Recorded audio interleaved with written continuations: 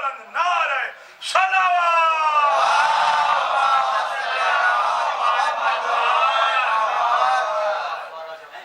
فاتحہ.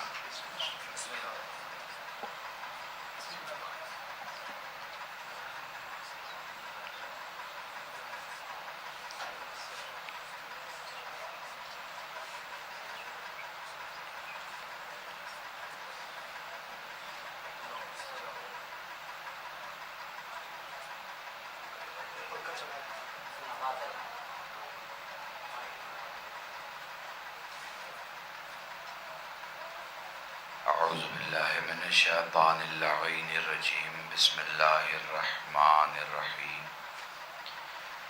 یا من ذکرہ شرف الذاکرین. الحمد للہ رب العالمین. والصلاة والسلام علی اشرف الانبیاء والمرسلین سید العرب والعجم. جسمہ مقدس معطر مقدم. نور الہدى مصباح الظلم شفیع الامم صاحب الجود والکرم مولانا ابو القاسم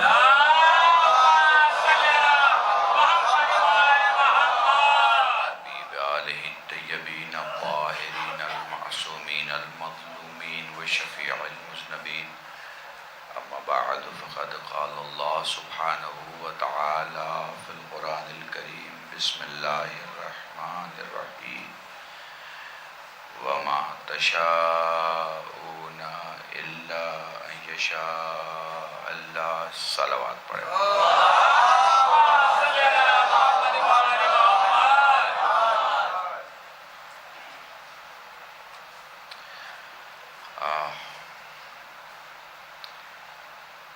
گیارہ 50 ہونے والا ہے. وقت زیادہ ہو چکا ہے، مگر میرے چھوٹے بھائی نے جتنی بہترین نظامت کی اور شاعر اہل بیت نے جتنا بہترین کلام پیش کیا. دیکھیے سب اصل میں امام زمانہ کے خادم ہیں.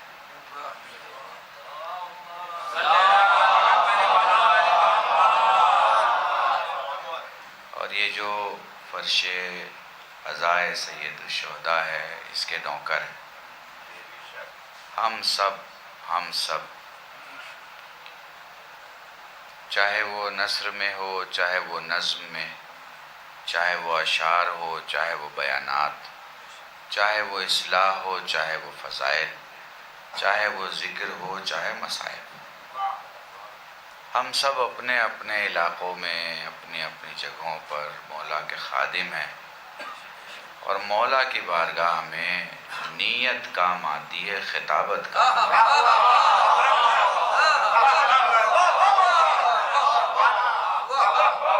اگر نیت یہ ہے کہ ہم مولا کی خدمت کرنے کے لیے ہیں تو سب کچھ ٹھیک ہے. 15 منٹ بھی چلے گا، 25 منٹ بھی چلے گا. نیت ٹھیک نہیں ہے تو 3 گھنٹہ بھی نہیں چلے گا. دیکھیں اب آپ تو جانتے ہیں میں 45 منٹ کا خطیب ہوں، زیادہ پڑھتا نہیں ہوں. رات ہو چکی ہے اور میں یہ تیسری مجلس آج کی پڑھ رہا ہوں، وہ بھی 5 بجے کے بعد، یعنی 4:30 بجے ممبر پہ سلطان مدارس میں تھا میں. تو میرے ساتھ رہیے گا، چونکہ مکس مجمع ہے، دور تک آواز جا رہی ہے. لوگوں کو بھی پتہ چلے کہ شیعہ جب اکٹھا ہوتے ہیں تو کیا باتیں کرتے ہیں، کیا ڈسکس ہوتا ہے ان کے یہاں، یہ کیا ذکر کرتے ہیں، کیا فیصلے ہوتے ہیں ان کے یہاں. چونکہ آپ اکلوتی قوم ہو جو ہر سال چارج ہوتی ہے. جیسے لوگ بیماری سے بچنے کے لیے ویکسینیشن لگواتے ہیں، جس نے ویکسینیشن لے لی اس کی گارنٹی ہے کہ وہ دوسری کسی بیماری سے مرے، مگر وہ جس کی ویکسینیشن لی ہے اس سے نہیں مرے گا. ٹھیک ہے؟ تو ہم بھی فرش عزا پر ایک ایسا ویکسینیشن لیتے ہیں کہ ہماری سانسیں دوستی میں کٹیں یا نہ کٹیں، مگر اہل بیت کی دشمنی میں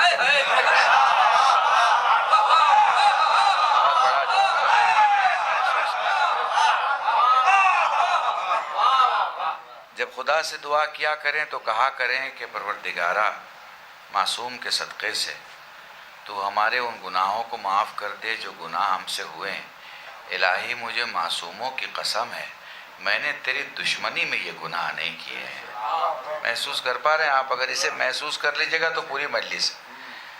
دیکھیں، سب سے جاگتی قوم شیعہ قوم ہے، اور شیعہ کا مطلب ہم اور آپ نہیں ہے، ہم لوگ تو فوٹو کاپی ہیں۔ جیسے میں نے کہا رکوع، تو آپ کی سمجھ میں آ گیا نا کہ کوئی آدمی ہے جو جھکا ہوا ہے، جس کے دونوں گھٹنوں پر دونوں ہاتھ دبے ہوئے ہیں، کمر کچھ اس حالت میں ہے کہ پیٹھ پر اگر ایک قطرہ پانی ڈالا جائے تو وہ نہ داہنے ہلے گا نہ بائیں ہلے گا۔ یہ رکوع کی شکل مکمل ہو گئی نا۔ تو جب میں نے کہا رکوع تو آپ کے ذہن میں یہ خیال آیا، ویسے ہی میں نے کہا سجدہ تو آپ کے ذہن میں خیال آیا کوئی زمین پہ جھکا ہے، پیشانی زمین سے مس ہے، گھٹنے زمین پر ہیں۔ بات سمجھ میں آ رہی ہے نا؟ میں نے کہا قنوت تو آپ سمجھ گئے، کوئی قیام کی حالت میں ہے اور کسی نے ہاتھ آسمان کی طرف اٹھائے ہوئے ہیں، یہ ہے قنوت۔ ویسے ہی میں نے کہا شیعہ، جیسے ہی میں نے شیعہ کہا ہم اور آپ سمجھ میں نہیں آتے، ابو ذر سمجھ میں آتے ہیں، محسوس کر پا رہے ہیں؟ آج کے دور کی اگر بات کروں تو یعقوب کلینی سمجھ میں آئیں گے، ابو الحسن اصفہانی سمجھ میں آئیں گے، ہلی سمجھ میں آئیں گے، مجلسی سمجھ میں آئیں گے، خوئی سمجھ میں آئیں گے، خمینی سمجھ میں آئیں گے، خامنائی سمجھ میں آئیں گے۔ کیوں سمجھ میں آئیں گے؟ چونکہ کردار سنانا الگ ہوتا ہے، کردار جینا الگ ہوتا ہے۔ ہم لوگ پھر کیا ہیں؟ ہم لوگ فین ہیں، چاہنے والے۔ آج کل کے دور میں کیا کہا جاتا ہے؟ فین ہی کہا جاتا ہے نا۔ فین ہیں ہم لوگ، لائک ڈس لائک والے ہیں۔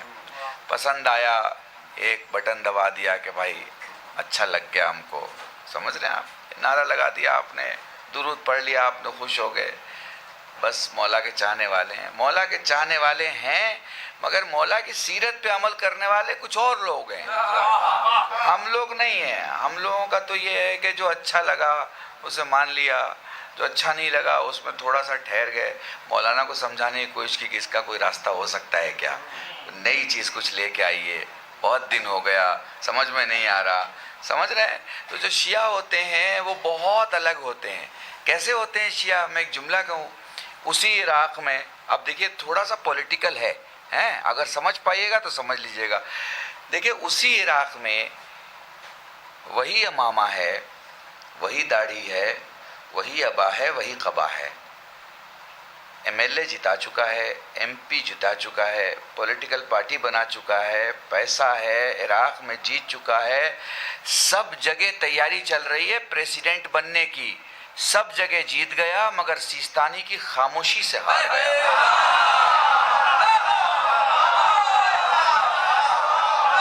خدا کی قسم، خدا کی قسم، میں آپ کی قسم کھا کے کہہ رہا ہوں، میں تقریر میں وہ جملے استعمال کر رہا ہوں کہ اگر میں واقعاً ان لوگوں میں پڑھوں جو تشیع کی سیاست سمجھتے ہیں تو صبح تک مجھے داد دیں گے۔ آپ محسوس کرنا اس بات کو، سب کچھ ہے اس کے پاس، سب کچھ ہے، لباس ہے، چہرہ ہے، نام ہے، خانوادہ ہے، خاندان ہے، سب کچھ ہے، ایم ایل اے ہے، ایم پی ہے، پاور ہے، سیاست ہے، لوگ ہے، جوان ہے، سب سے جیت گیا مگر ایک شیعہ کی خاموشی سے ہار گیا۔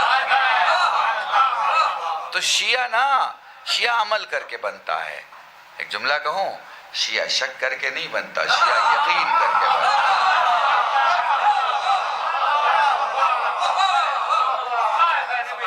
شیعہ یقین کرتا ہے، شیعہ شک نہیں کرتا، اسے شک سکھایا ہی نہیں کیا، کہیں بھی شک نہیں رہتا۔ ایک جملہ میں کہا کرتا ہوں مجلسوں میں کہ شک اگر ایک کائنات ہے، معافی چاہتا ہوں، یقین اگر ایک کائنات ہے، یقین اگر ایک کائنات ہے تو اس کائنات کے سلطان کو حسین کہا جاتا ہے۔ کاش میں آپ کو سمجھا پاؤں، یہیں سے موضوع شروع کروں گا۔ یقین اگر ایک کائنات ہے تو اس کائنات کے سلطان کو حسین کہا جاتا ہے. یہ جو ایک رات کی مہلت دی تھی نا، لی نہیں تھی، یہ جو ایک رات کی مہلت دی تھی، اگر برادران اہل سنت مجھے سن رہے ہیں، میں یہ جملہ انہیں ہدیہ کر رہا ہوں. جو ایک رات کی مہلت حسین نے دی تھی وہ اسی لیے دی تھی کہ اگر شک کا کوئی مسافر ہمارے یہاں ہے تو چلا جائے.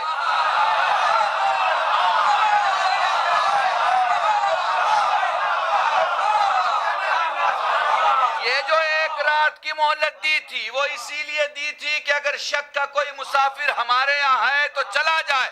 جملہ یہاں مکمل نہیں ہوتا. اور حسین نے مہلت اس لیے بھی دی تھی کہ اگر دشمنوں کے بیچ یقین کا کوئی سپاہی ہے تو چلا ہے.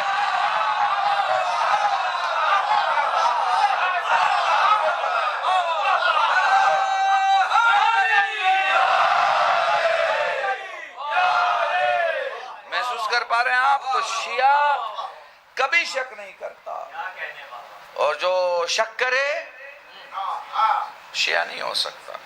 دو لوگ شیعہ نہیں ہو سکتے، دو لوگ، میری بات یاد رکھیے گا. ایک شک کرنے والا شیعہ نہیں ہو سکتا اور ایک بیوقوف شیعہ نہیں ہو سکتا.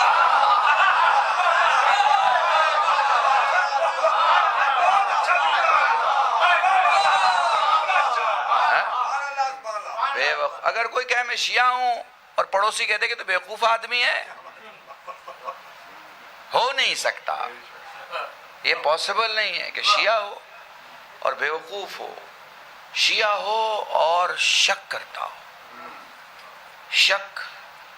شک کوئی بھی کرے تو اس کا کوئی علاج تھوڑی ہے. اس لیے شیعوں کے پاس شک نہیں رہتا. نیند سے ان کے 6 سال کے بچے کو اٹھا کے پوچھو کہ پنجتن کتنے ہیں،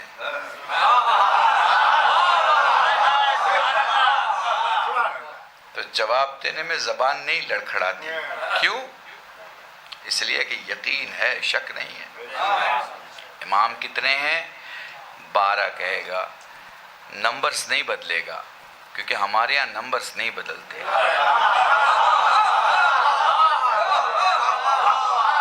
بس ساتھ ساتھ رہیے. تو میں نے اس وقت کی مجلس کے لیے ایک چھوٹا سا موضوع چنا ہے جو میں پڑھا کرتا ہوں. نیابت. سنی ہو، شیعہ ہو، حنفی ہو، مالکی ہو، شافعی ہو، حنبلی ہو، ہندو بھی ہو، ہر جگہ ایک ہی مسئلہ ہے، نیابت. کس کا کون نائب ہے نا؟ کس کا کون نائب؟ ہماری سیدھی سادھی گنت ہے، جمعہ کا نائب بدھ نہیں ہو سکتا.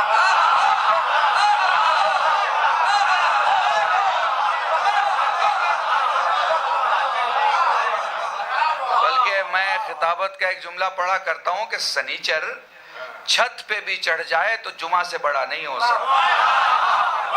درود پڑھے محمد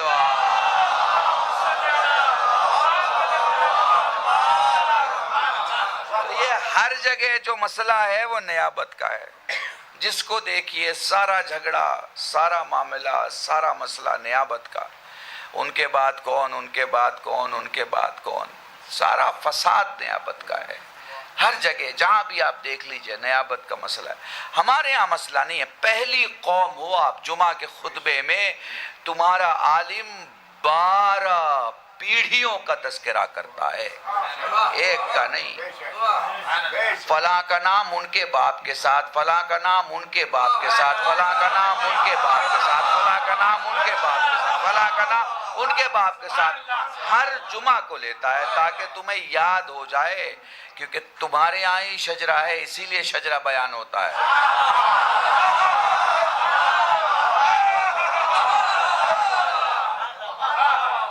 سمجھ رہے ہیں؟ محسوس کیجئے گا، ایک ایک لفظ کو محسوس کرتے ہوئے چلے جائیے گا، سب آپ کی سمجھ میں آ جائے گا. سارا مسئلہ کس کا ہے؟ نیابت کا ہے. کس کے بعد کون؟ بھائی پیغمبر کے بعد ہم نے نہیں چنا، ہم نے الیکشن نہیں کیا. اتنا بڑا کام تھا، پیغمبر خود کر کے جا رہے تھے. ہم کون ہوتے ہیں چننے والے؟ بھائی پیغمبر نے چنا. کس کو چنا؟ علی کو چنا، علی ابن ابی طالب کو چنا. کتنے بڑے مجمع میں چنا؟ 1.25 لاکھ. کتنا آسان ہے کہنا 1.25 لاکھ آپ کا. میں ذرا 1.25 لاکھ کی بیک کیلکولیشن میں اس کی گنت سمجھاتا ہوں آپ کو. ابھی بھارت کی کتنی آبادی ہے؟ 135 کروڑ. آج سے 70 سال پہلے کتنی تھی؟ 47 کروڑ. 150 سال پہلے کتنی ہوگی؟ 250 سال پہلے کتنی ہوگی؟ 500 سال پہلے کتنی ہوگی؟ 800 سال پہلے کتنی ہوگی؟ 1000 سال پہلے کتنی ہوگی؟ 1200 سال پہلے کتنی ہوگی؟ 1400 سال پہلے اتنے بڑے بھارت کی آبادی کتنی ہوگی؟ میں کیلکولیشن سمجھا رہا ہوں آپ کو. 1400 سال پہلے اتنے بڑے بھارت کی، جس کے اندر بنگلہ دیش بھی ہے، پاکستان بھی ہے، سری لنکا بھی ہے، برما بھی ہے، جس کے پاس نیپال بھی ہے، بھوٹان بھی ہے، سب کچھ جس کے اندر میں ہے، اس کی آبادی ذرا بیک کیلکولیشن میں سوچئے گا کتنی ہوگی. اور پھر سوچئے کہ جب اتنی بڑے زمین کے علاقے کی آبادی اتنی کم ہے تو عرب کے چھوٹے سے علاقے کی آبادی کتنی ہوگی. اور اس چھوٹے سے علاقے میں 1.25 لاکھ کا مجمع. یہ جوان بیٹھے ہیں ماشاءاللہ سوشل میڈیا یوز کرنے والے. اگر 1400 برس پہلے گوگل کا کیمرہ ہوتا تو وہ بھی زمین کی طرف دیکھ کے یہی کہتا کہ دنیا کی سب سے بڑی بھیڑ غدیر میں جمع ہوئی ہے.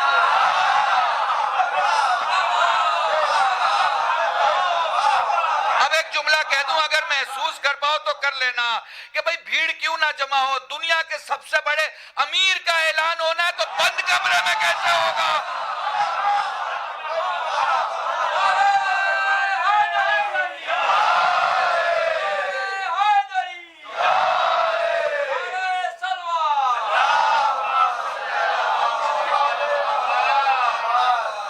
مل جل کے درود پڑھو.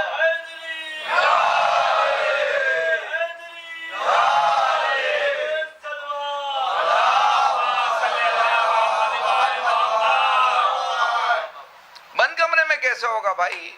دنیا کے سب سے بڑے علی کو کیسے میں مولائے کائنات کہوں، علی ہے نام بڑا.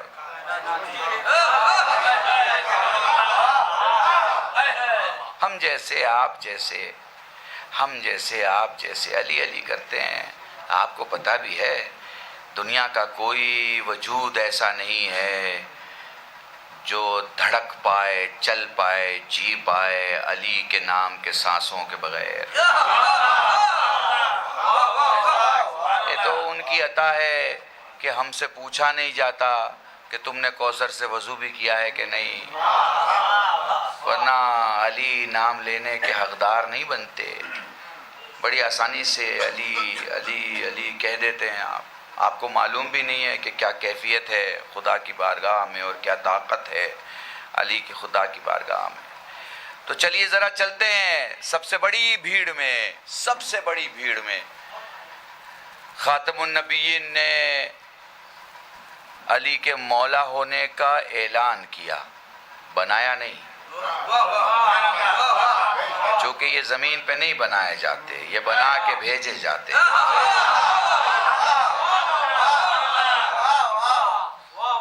اناؤنسمنٹ کیا، ٹھیک ہے، کہ میرے بعد کون ہوگا. اعلان کیا میرے بعد کون ہوگا.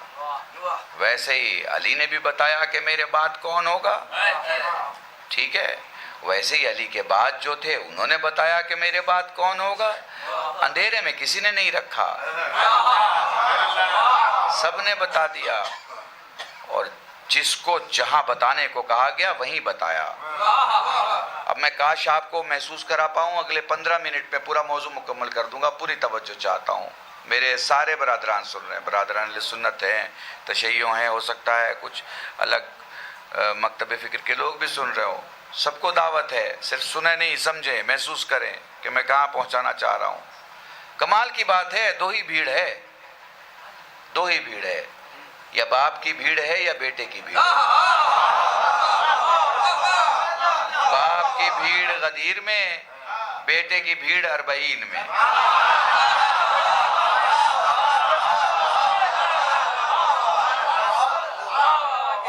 غدیر دیکھو تو لاکھوں کا مجمع، 1.25 لاکھ. اربعین دیکھو تو کروڑوں کا مجمع. ٹھیک ہے نا؟ محسوس کر پا رہے ہو کچھ؟ وہاں بھی مجمع، یہاں بھی مجمع. باپ کا بھی نعرہ لگتا ہے، بیٹے کا بھی نعرہ لگتا ہے. باپ کا اردو میں نعرہ لگاتے ہو نعرہ حیدری، بیٹے کا عربی میں نعرہ لگاتے ہو لبیک یا حسین. دونوں کا نعرہ لگتا ہے مگر فرق ہے. باپ کا نعرہ لگاؤ، باپ کا نعرہ لگاؤ، باپ کا نعرہ لگاؤ تو قومیں گھبراتی ہیں، بیٹے کا لگاؤ تو ملک کانپتا ہے.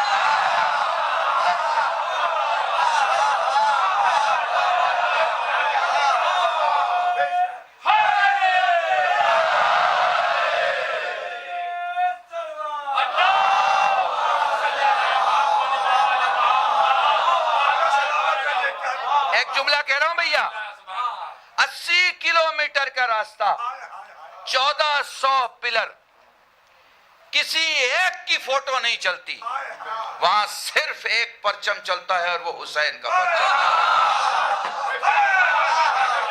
چونکہ آنے والے وقت میں دنیا 2 حصوں میں بٹ جائے گی، یا تم حسین کے ہوگے یا تم یزید کے ہوگے.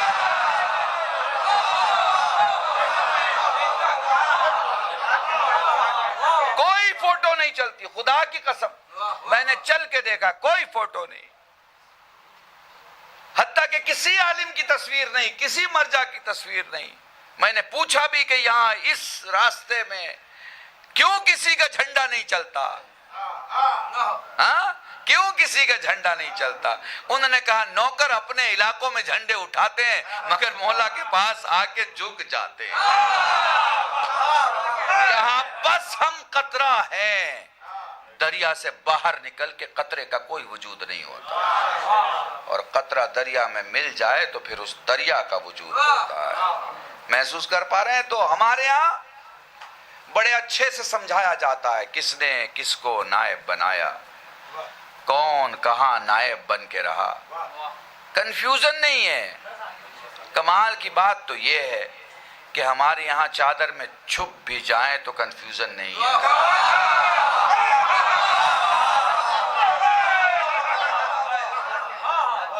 چھپ بھی جائیں تو کنفیوژن نہیں ہے. ہمیں معلوم ہے کون ہے، ہم جانتے ہیں، ہمیں پتہ ہے. اچھا چلیے آپ کو ایک واقعہ سنا دیتا ہوں، اور اسی واقعے کے اختتام پہ موضوع مکمل ہو جائے گا اور مجلس بھی ہو جائے گی. اور جوانوں آپ کے لیے، مجھے جو کوئی بھی سن رہا ہے سب کے لیے، شیعہ سنی سبھی بھائیوں کے لیے، بس بڑے خلوص کے ساتھ محسوس کر پانا. دیکھو جب کوئی گورنمنٹ بنتی ہے کسی بھی ملک میں، جب گورنمنٹ بنتی ہے تو اس کے لیے بڑا مسئلہ یہ ہوتا ہے کہ لوگوں کو تنخواہ کیسے دی جائے. سب سے پہلی پرائیورٹی کیا ہوتی ہے؟ تنخواہ دینا. کیونکہ اگر 5-6 مہینے تک تنخواہ نہیں دی تو وہ ایک آدمی جو گھر واپس آتا ہے اس سے 5 آدمی جو ہے خفا ہو جائیں گے کہ بھائی کس جگہ کام کر رہے ہو جہاں تنخواہ ہی نہیں مل رہی ہے. ٹھیک ہے نا؟ اور یہ پھر سارا کا سارا سرکل بڑا ہوتا چلا جائے گا اور گورنمنٹ کی مخالفت ہو جائے گی. ٹھیک ہے؟ تو سب سے پہلی پرائیورٹی کیا ہوتی ہے؟ وقت پہ کرمچاریوں کو تنخواہ دینا. تنخواہ کہاں سے آئے گی؟ جب گورنمنٹ کے پاس پیسہ ہوگا. پیسہ کہاں سے آئے گا؟ جب گورنمنٹ خود باہر جا کے کوئی بزنس کرتی ہو یا باہر والے اندر آ کے بزنس کرتے ہو. تو اسی طرح شام نے جب گورنمنٹ کا اناؤنسمنٹ کیا، اب میں کیسے آپ سے سمجھاؤں، اب دونوں پولیٹکس کو سمجھیے گا. ایک شام میں سیاست ہو رہی ہے اسلام کے نام پہ، اور ایک علی ابن ابی طالب ہیں اپنے چاہنے والوں کے ساتھ. ٹھیک ہے؟ محسوس کر پا رہے ہیں آپ؟ محسوس کیجئے گا نا. ادھر علی ابن ابی طالب ہیں، ادھر شام کی پولیٹکس ہے. ٹھیک ہے؟ اب اس شام کی پولیٹکس کو دیکھیے گا کیسے وہ آگے بڑھ رہی ہے اور کس طرح معاملات ہو رہے ہیں. پوری مجلس اسی پہ تمام ہو جائے گی. تو شام والوں نے خط لکھا روم کے راجا کو. روم اس زمانے میں ایک شہر نہیں ہوا کرتا تھا، ایک ملک ہوا کرتا تھا. آج کل کے وقت میں روم اٹلی کا ایک شہر ہے، جیسے ملان ہے ویسے روم ہے. ٹھیک ہے؟ تب شہر ہوا کرتا تھا، معاف کیجیے گا ملک ہوا کرتا تھا، شہر نہیں ہوا کرتا تھا. اب وہ شہر ہوا کرتا ہے. ٹھیک ہے؟ اس کو خط ملا کہ ہم اسلامی اسٹیٹ ہیں، ہم چاہتے ہیں کہ ہمارے ساتھ آپ تجارت کریں تاکہ ہماری ریونیو بڑھے، ٹیکسیشن زیادہ ہو تاکہ ہم اپنے لوگوں کو سنبھال سکیں. اس نے دربار میں پوچھا بھئی یہ خط کس کا ہے؟ لوگوں نے بتایا شام سے آیا ہے. اب آپ کو تو سمجھ میں آ گیا نا کس کا خط تھا؟ شام سے آیا ہے، ٹھیک ہے، ہاں ٹھیک ہے۔ اس نے کہا لیکن میں نے تو سنا ہے کہ اسلامی حکومت کا سربراہ اس وقت کوئی اور ہے۔ تو لوگوں نے بتایا کہ ہاں بات تو صحیح ہے۔ کہا کیا نام ہے ان کا؟ کہا علی ابن ابی طالب۔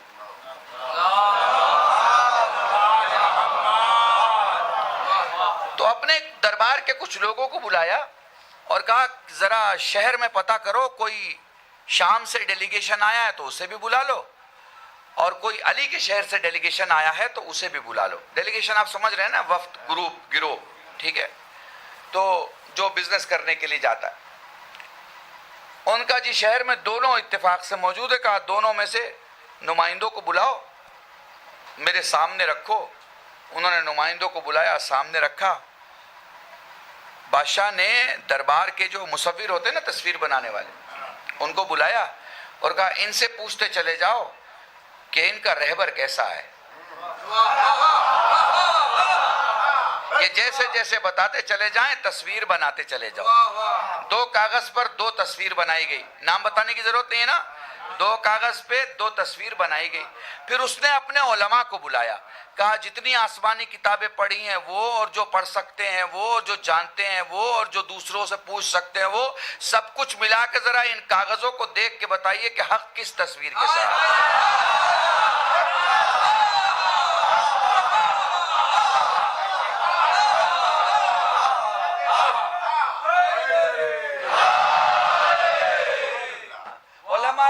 علماء نے ابرو دیکھے، چہرہ دیکھا، ریش مبارک دیکھی، اور کسی ایک تصویر پر لکھا حق ان کے ساتھ ہے، ٹھیک ہے، ایک تصویر پہ لکھا۔ اب کہنے کی بھی ضرورت نہیں ہے کس تصویر پہ لکھا ہوگا، ٹھیک ہے، حق ان کے ساتھ ہے۔ بات یہاں ختم نہیں ہوتی۔ بادشاہ کہتا ہے ایسا کرو کہ 2 خط تیار کرو اور دونوں کو بھیجو، اور ان سے کہو کہ اپنا اپنا نمائندہ بھیجیں۔ شام والے نے اپنا نمائندہ یزید کو بنا کے بھیجا، ٹھیک ہے۔ اب میں جو پڑھنے جا رہا ہوں، جو کہنے جا رہا ہوں، اسے ذہن میں اتار لیجئے گا، ٹھیک ہے۔ یہی اسلام کی سچی کہانی ہے، اس کے علاوہ کوئی اسلام کی سچی کہانی نہیں ہے، ٹھیک ہے۔ شام والے نے اپنا نمائندہ یزید کو بنا کے بھیجا، علی نے اپنا نمائندہ حسن کو بنا کے بھیجا۔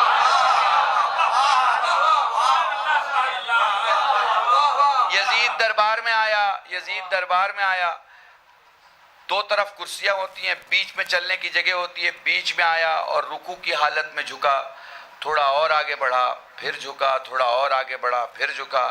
بادشاہ نے دیکھا، اس کے جھکنے کی سٹائل کو دیکھا، اسے اوپر آنے کے لیے کہا، وہ اوپر آیا، بیٹھنے کے لیے کہا، وہ بیٹھ گیا۔ ادھر آپ کا مولا امام حسن دربار میں داخل ہوا۔ آپ کا مولا امام حسن دربار میں داخل ہوا، اپنی جگہ کھڑا رہا، جھکا نہیں،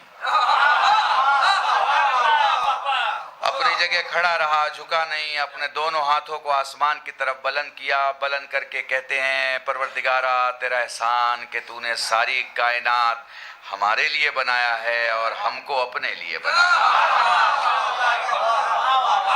روب اور جلالت کا یہ عالم تھا کہ قدم قدم بادشاہ کی طرف بڑھ رہے تھے اور بادشاہ اپنی کرسی پر بیٹھ نہ پایا، اپنے تخت سے اٹھا۔ جلالت کا یہ عالم کہ روب میں مولا کے دھیرے دھیرے سیڑھیوں سے اترا، سامنے بڑھا اور علی کے بیٹے کے ہاتھوں کو اپنے ہاتھوں میں لے کے اپنے ساتھ اپنی کرسی تک آیا اور کسی ایک مقام پہ بیٹھنے کے لیے کہا۔ میرا مولا وہاں نہیں بیٹھا جہاں بادشاہ چاہتا تھا، وہاں بیٹھا جہاں خود چاہتا تھا۔ جیسے ہی مولا بیٹھے تھے، اس نے فوراً ہی اپنے پروگرام کے حساب سے اپنے غلام سے کہا جا ذرا صندوق لے کے آ۔ صندوق لایا گیا، ایک صندوق کھولا گیا، اس میں سے چند تصویریں تھیں۔ اس تصویر کو اس نے نکالا، تصویر نکال کے وہ یزید کی طرف مڑا۔ اس نے پوچھا کیا تمہیں معلوم ہے یہ تصویر کس کی ہے؟ اس نے کہا نہیں مجھے نہیں معلوم یہ تصویر کس کی ہے۔ کیا تمہارے باپ کو معلوم ہوگا کہ یہ تصویر کس کی ہے؟ کہا پتہ ہوتا تو مجھے بتا کے بھیجا ہوتا، میں بھی نہیں جانتا یہ تصویر کس کی ہے، میرا باپ بھی نہیں جانتا کہ یہ تصویر کس کی ہے۔ فوراً ہی بادشاہ مڑا امام حسن کی طرف، کہتا ہے میں جانتا ہوں کہ آپ جانتے ہیں۔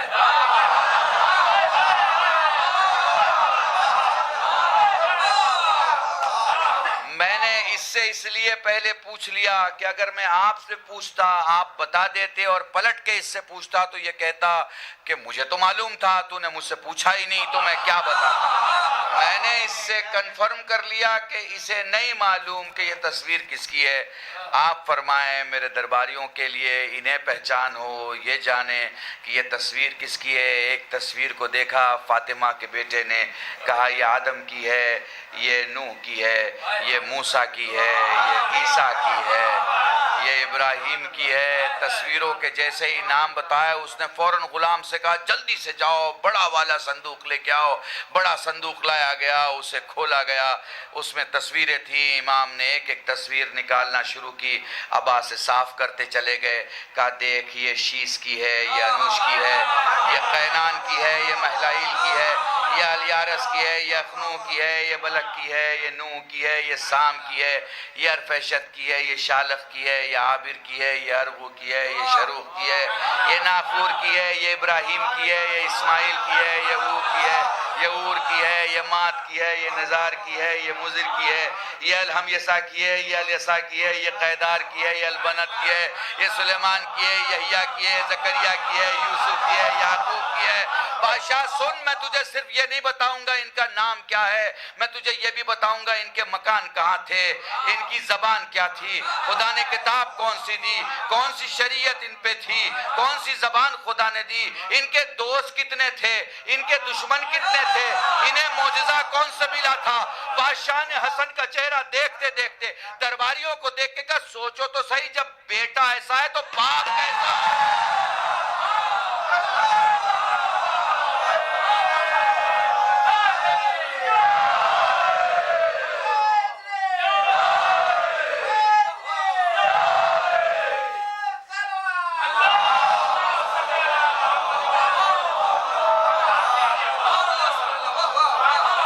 محسوس کر پا رہے ہیں آپ؟ تو ہمارے ہاں نیابت ایسی ہوتی ہے، غیر بھی قبول کر رہا ہے روم کے دربار میں بیٹھ کے کہ جب بیٹا ایسا ہے تو باپ۔ وہ کتنے بڑے بد نصیب ہیں جنہیں نہ بیٹا سمجھ میں آیا نہ باپ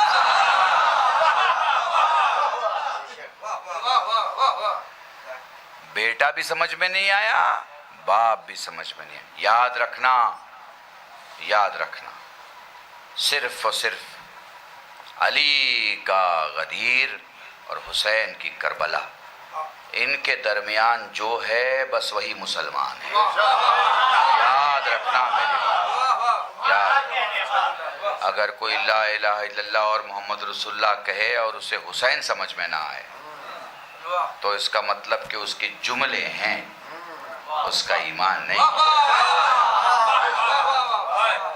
خدا کی قسم آپ یہ مان کے مت چلیے گا کہ کربلا کو صرف شیعہ مناتے ہیں، غلط فہمی مت رہیے گا۔